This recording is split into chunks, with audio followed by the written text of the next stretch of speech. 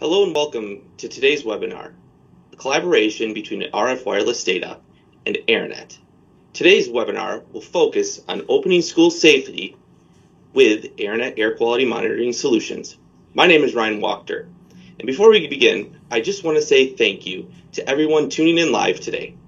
I believe we have registrations from about 15 different countries around the world, so whether you have attended an AirNet webinar before, which are very informative, with some of the most knowledgeable minds in the world, or this is your first time with us, again, we say thank you for spending a little bit of time with us today. As I said, my name is Ryan Wachter, and I'm representing RF Wireless Data. My colleagues, Lieta and Zigmars, are representing AirNet, and will be jumping on shortly to discuss schools opening and how AirNet can be used as a tool to help keep our kids and teachers safe in the classroom.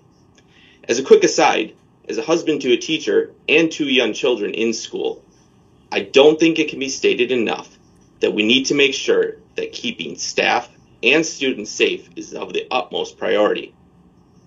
But first, I'll be opening today with a little background on how RF Wireless and this AirNet collaboration came to be, followed by then giving you a quick overview of the agenda for today. RF Wireless Data is a new division of Heartland Video Systems. HVS has been involved in the broadcast microwave business for over 30 years and has decided to leverage their microwave knowledge and apply it to this new division. To launch into this new adventure of radio frequency wireless monitoring, HVS and RF Wireless have partnered with AirNet and their parent company, SAF Tenica, a trusted microwave vendor who we have worked with for more than 10 years.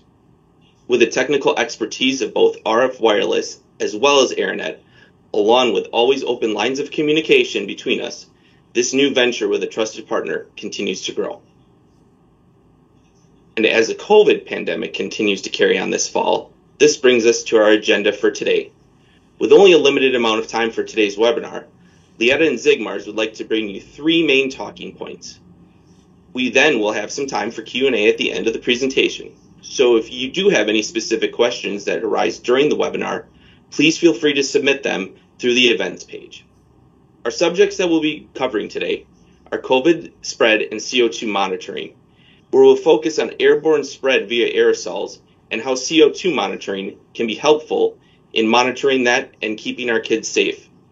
The AirNet AQ air quality monitoring solution, and we'll be discussing today ease of use, accuracy, cost effectiveness, and cloud functionality. This will also include ways that are easy to install for the users and that do not require big overhauls of existing schools. And lastly, a case study just recently released. It does have a short video that can be viewed on YouTube afterwards and will let you know how AirNet has helped in a school just recently. For now, I will now hand it over to Lieta and Zigmars, who will help with our Q&A at the end, and they will present to you on COVID and CO2 monitoring. Excellent. Thank you, Ryan. That was a very good introduction. So let me dive right into AirNet and CO2 monitoring. So first, let's talk about fresh air. And I guess you all know that having fresh air indoors has always been a challenge. But now with COVID-19, this is a particularly critical problem. And namely because COVID-19 is an airborne disease that spreads via aerosols. Now, what does that mean? That means that when an infected person actually talks, sneezes, coughs, or even exhales, they release these small aerosols into the air. And what's particularly dangerous is that these aerosols float. Because they're not heavy enough to just drop on the surfaces, they linger into the air and sometimes for a few hours. So imagine if a situation occurs that a person who's infected is in the room, exhales these infected aerosols, and then leaves the room. Now, what's going to happen is that even if someone comes into the room like hours after that, it might be the case that the infected air is still there. And this is actually a very good graphic that I want to just give acknowledgement also to Professor Jose Jimenez, who also uses this in his Twitter account, and Lindsay Marr, both very prominent scientists who have been very vocal about COVID-19 and the threat of it being an airborne disease. Now, if we understand that what the problem is actually in the air, that it's aerosols that are in the air, now what can be done? The key point to understand here is that ventilation is key. And what happens with ventilation is that what it does is that effectively it pushes out the stale, the infected air out, and the fresh air comes in. And so you have all of these infected aerosols out and the fresh air in. Now, that is all very well in theory, but the question is, now imagine you come into the room. How do you actually know that the air is stale or potentially infected? How do you know that you need to increase your ventilation, open the window, or just effectively, like, how do you know when to ventilate? And the question here, and the answer is very simple, it's actually CO2 monitoring. So to help you understand why CO2 monitoring can actually be a proxy, imagine an infected person. When they exhale the infected aerosols, they also exhale CO2. And now the CO2, that's how the CO2 can be a great proxy for understanding the potential risk of infection. And so it's no wonder also that Professor Jose Jimenez and other prominent scientists have actually said that CO2 monitoring is one of the most powerful and also inexpensive ways to monitor the risk of COVID-19. And what they've seen is that if, for instance, the CO levels double, then also the risk of this COVID-19 transmission also roughly doubles, which to me seems like a very powerful fact and a way to understand both the correlation between CO2 and COVID-19 transmission. Now, if we understand that COVID and CO2 are related, then, and the CO2 monitoring is a solution, it probably is no surprise that we will be talking about our star product, our ARNet 4, which is, we believe, the best-in-class wireless air quality monitor. So not only does it measure CO2 levels, but it also measures temperature, relative humidity, and atmospheric pressure. What's great about it is that it's very good in warning you when you need to take action. So as you can also see on the screen, is it has the color coding, the green, the orange, and the red. So if you see the green, then everything's okay. Now, if you see the orange, that means that you might need to consider to take any action, like for instance, increase the ventilation or open the window. And if it's red, that means you immediately need to take action. So the information is very clearly presented and you know what to do and when. And finally, one of the key features is also that it's super easy to use. It's portable. You can just carry it around. You can set it up. You literally take it out of the box. It works. And you don't need any prior knowledge to actually operate it. It's very simple. In addition to this, I would like to touch upon some of the technical advantages. And the first one is that it's very accurate. So what we use in ARNet 4 is the NDIR sensor, which is the non-dispersive infrared sensor. So that means that that is the kind of the best-in-class sensor that you can use to detect also the CO2 levels. Second is the real-time feature. That means that you can use the ARNet 4 on 4 different time, like data update intervals, 1, 2, 5 or 10 minutes. And what it stands for is that how often will it update the information of the CO2 levels in the room. And finally, the ARNet 4 device is very reliable.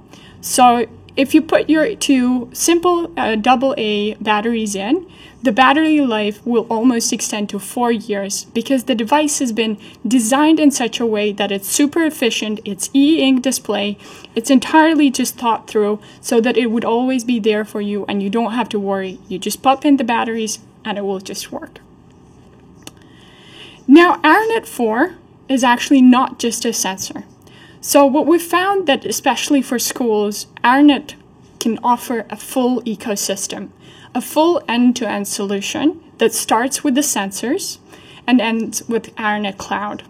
So the three key components of our ARNet ecosystem consist of the sensors that you place either in the classrooms, hallways, or wherever you feel like you need to measure the CO2 level. Then these sensors send the information to ARNet Pro Base Station. The Pro Base Station, what it does, it collects and stores the information there, and then sends it over to ARNet Cloud. And then ARNet Cloud gives you the opportunity to have a full centralized view of however many classrooms or maybe even schools you might have. So if we're talking, for instance, the US school districts, you might even have many schools hooked onto your ARNet Cloud. And then that way you can not only zoom into a specific classroom, a school, but even the entire school district.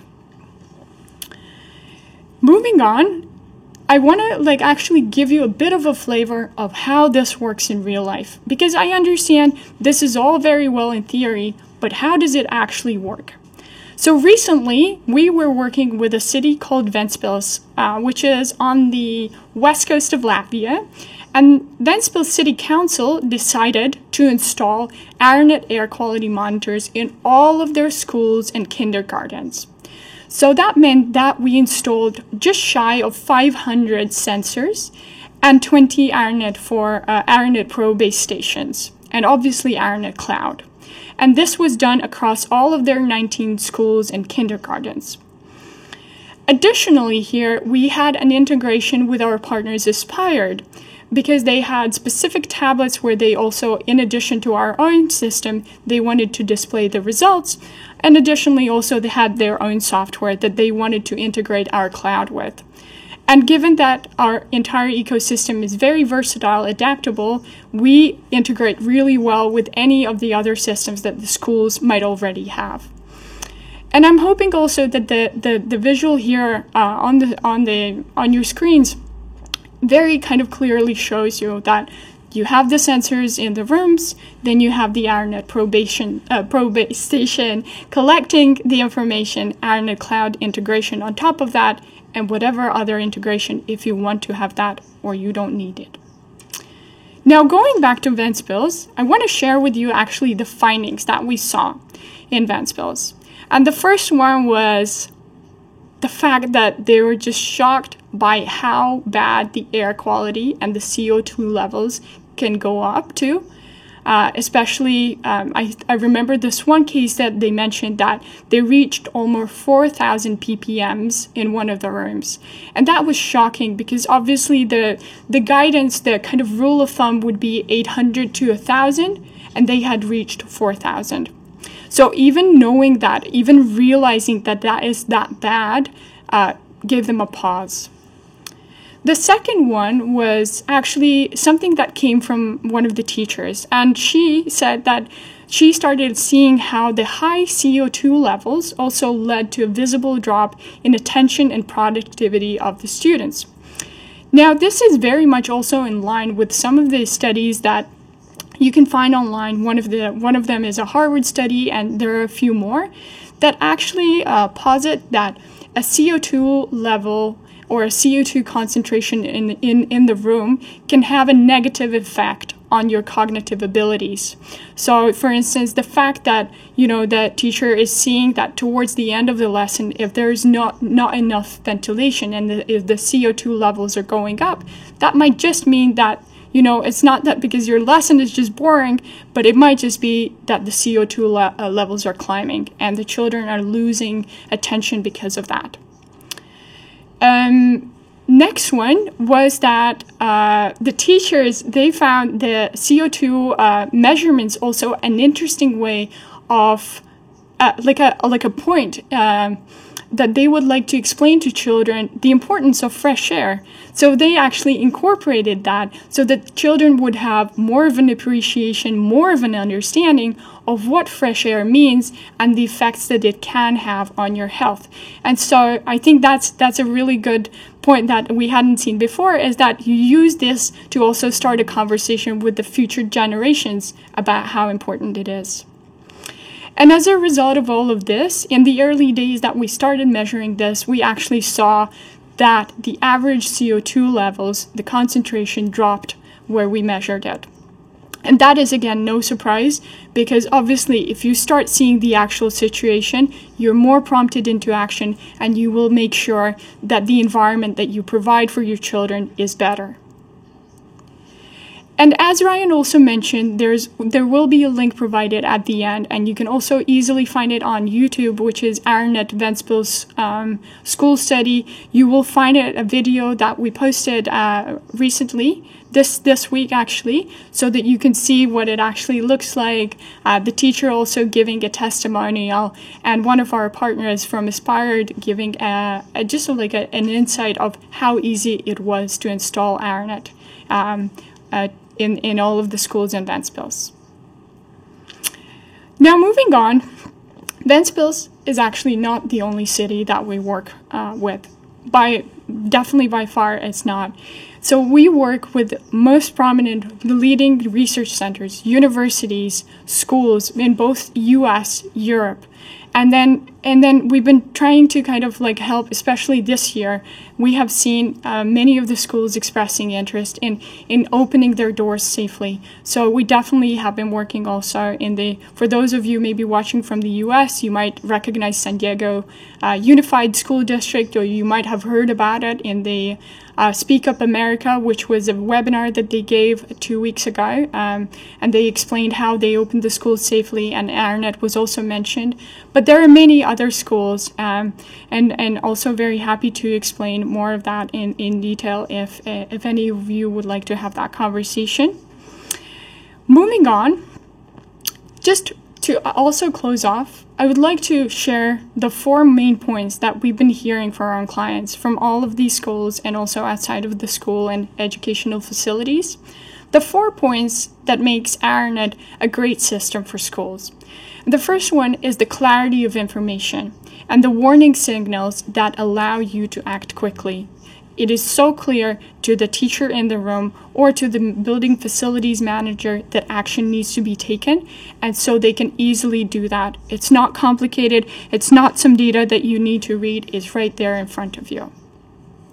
Second is that Aranet is that full end-to-end solution, the full air quality monitoring solution that will help you not only measure but also collect information over time, visualize the air quality data, and help you also draw your own conclusions. Third is the scalability and adaptability. So what do I mean by that? We've seen some of the schools actually starting with just one Aranet 4 monitoring device and then just bringing it into one classroom, seeing how it works in another, just checking it out, seeing how it works and seeing whether that's actually that they would like to implement in their school. And we've also seen full school districts implementing the system in all of their schools. So whatever your size, whatever, how many classrooms you have, whatever your needs, Aranet can easily scale up and down at whatever point. And that's really good for you, because then that means that you can just start with one and then see how it goes. And finally, the plug and play aspect. There is no need to drill holes anywhere. Our entire system is wireless, it's portable, and the fact that you can just carry it around, test it in different sites, test it also in different parts of your school or schools, has been very much appreciated by our clients. So, moving on, I'd like to actually kick off our Q&A section, which is where my colleague Zigmars will also be helping us today. I'm actually going to hand it over to him. He will start reading out the questions that we've hopefully got in our inbox from all of you viewers, and we'll just start answering them, and then it might be a discussion between us. And but if you still have any questions, please feel free to also pop them into the email, and we'll just start going through them. So Sigmar, it's over to you. Thanks, Greta. So we received a fair amount of the questions, and we will try to cover as much as we can in this limited time period. First question we received from a lady named Lisbeth from some Spanish-speaking country. I don't speak Spanish. I just used Google Translate and translated it, and it goes like this: how often should monitoring be carried out? Or what's the recommended measurement interval for the ARANET 4 device? Our recommendation, and which we have implemented also in the device out of the box, is to measure CO2 level each 5 minutes, and this is sufficient to show the kind of real values or the stable conditions, what is the normal change in the change process, what is the normal CO2 level. But of course it's possible to set up also device to 1 minute or 2 minutes, and then you also would see more like a trend how the CO2 concentration is changing. But also 5 minutes is fine, and when you receive our devices out of the box, they also have this measurement interval. So this was a pretty fast and quick question. And the same lady asked also the second question, also in Spanish. So, is there a possibility that ARANET meets the needs of schools in Mexico? So, as far as we know, there are no general recommendations or legislation in Mexico. Maybe if you find something, you can also drop us a line in email or also in this page as a question. In question field, but our devices are used already in Mexico with our partners, so there are some private initiative to put our sensors and to use it to mitigate and minimize the risks of COVID-19. And also our system works globally everywhere, in the States, in Europe, Latin America. So definitely, I would say this is like a match made in heaven. So I would definitely recommend using our system in the schools everywhere, including Mexico and any country. So we could kind of get through this horrible situation. And Sigmar, do I remember correctly? I think we have a few educational facilities in Mexico that are already using ARANET system, right? But this is more like a private initiative, as we have heard just people or the schools want to keep the children safe, so they don't wait for some general legislation. Like a government. Yes. Okay. Yes. So like government legislation, they try to be proactive to minimize the risks. So they kind of ask us to help them, and we provide our kind of system, and also in this like a centralized way, so it's also easier for them to control all the schools, campuses, universities, like all the facilities. So have the overview of the system. So so these were like 2 quick questions from Lisbeth. Thanks. So then next question, which we received from Jessica. So in English, so what are the standards for indoor air quality, and what is the recommended CO2 level in the classroom? There are, I would say, many different schools of thought, but we kind of support, or we recommend, or we agree with such kind of recommendation that the one the CO2 level should not be more than 800 parts per million, and on this level the kind of person who is in the room should be informed that the device should give a warning, and if it's over 1000 parts per million, then some immediate action should be taken. Most probably the room should be ventilated, and this recommendation also is given by Federation of European Heating, Ventilation and Air Conditioning Association, or in this kind of acronym REVA, and their also recommendation stays the same, that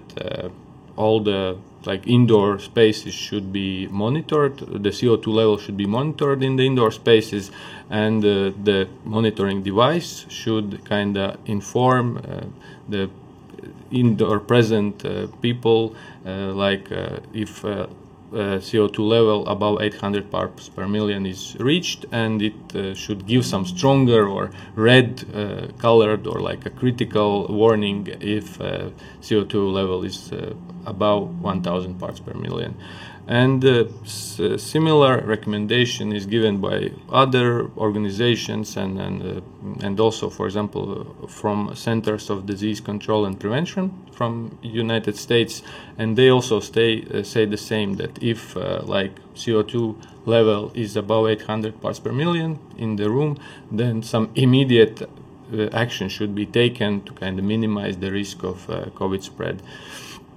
So, but there also are like Health Canada and some Minnesota and in Europe, like Belgium has some stronger recommendations and maybe even some laws to kind of also on the similar levels, and even more countries are like adopting this kind of way of thinking also.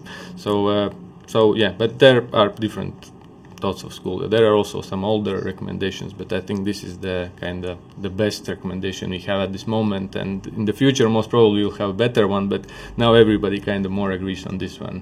So Zigmar, just to clarify that, so 800, watch out, 1000, yes, definitely take action. Yes. Okay, cool. Okay. So next question we received from Matt. So how many CO2 sensors I would need in a regular classroom, and does it matter where they stand in front of the classroom or at the end? So good question, actually. Yeah, so like practical. Yeah, very That's fun. Nice. So actually also our kind of opinion, or I would say our recommendation is that to have one CO2 meter per each 1,500 square meters. So usually classrooms are less than that, and they are not also divided by some intermittent or some in between walls or some sections. So this is basically also open space. So in most of the cases, one device is okay for a like typical classroom. If the classroom is very big, or maybe it's in 2 floors, then you need more like CO2 monitors, but you can always also ask us. We can also give some more detailed recommendation on how many devices to put in some particular installation. But also, of course, there are no little things, I would say, and of course it matters where you put also the sensor, and it's advisable that you put in the most correct place that it's possible. So it's not advisable to put it near the windows, near the ventilation system, near the doors where there is like a big air change and CO2 level change. So it's advisable that you put it install it on the wall, where we have also this special mounting kit, so it's safely installed there, so it's not lost by some accident or something, you know. So and also to have it where not in the at least 1-2 meters from the students or from the children which are in the room, and it should be installed also at least not at least but recommended 1.5 meter or 2 meters above the ground level. And so in a typical room this would be some side wall where you install it, and so it also shows the correct CO2 concentration for the students which are in the room. So it's kind of so. And also it's another thing, it's not to if there's a mechanical ventilation inside of the room, then it's also not recommended to use it near to these places where it's there is always some air exchange happening, and it will not represent the correct situation in the parts which are more stable in the room. Zingmar, so I think we might just have, just checking the time, I think that's 1 minute left, so maybe one last question. This one, like the next one is very technical, I would say, but this will more. take more time, you know, but okay, I could try to not to go into a lot of details. I'm also like a technical guy. Sometimes I like to go into the technical details. But so we have a question from Hans, who asks how the information is transmitted between sensors and base, and what type of signal is that? Can it be harmful to the children? So it's not harmful for the children, and this is for this networked solution. So where you have sensors, you have pro base station, and it's probably cloud.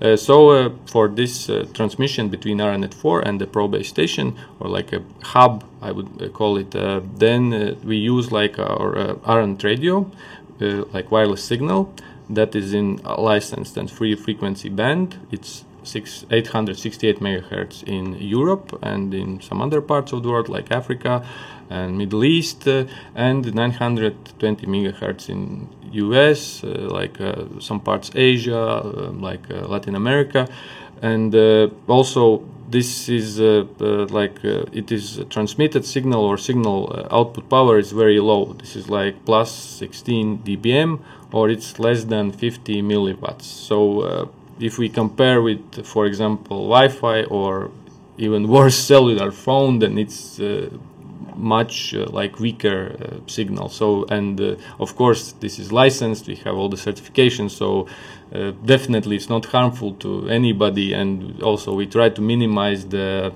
transmission of the signal. So to make also not the device also also in that part also more energy efficient, and also that it would not disturb any other devices, it would not disturb children, anybody. So basically to make it more efficient. So we have more questions, but I think we are already over time. So so I wanted to thank Zigmar, thank you so much for all the questions, and thank you viewers also who sent in the questions. I want to let you know that all of the questions that you've sent in, we'll definitely respond to them. We have your emails because they've come through to our email inbox. So we will just get back to you offline.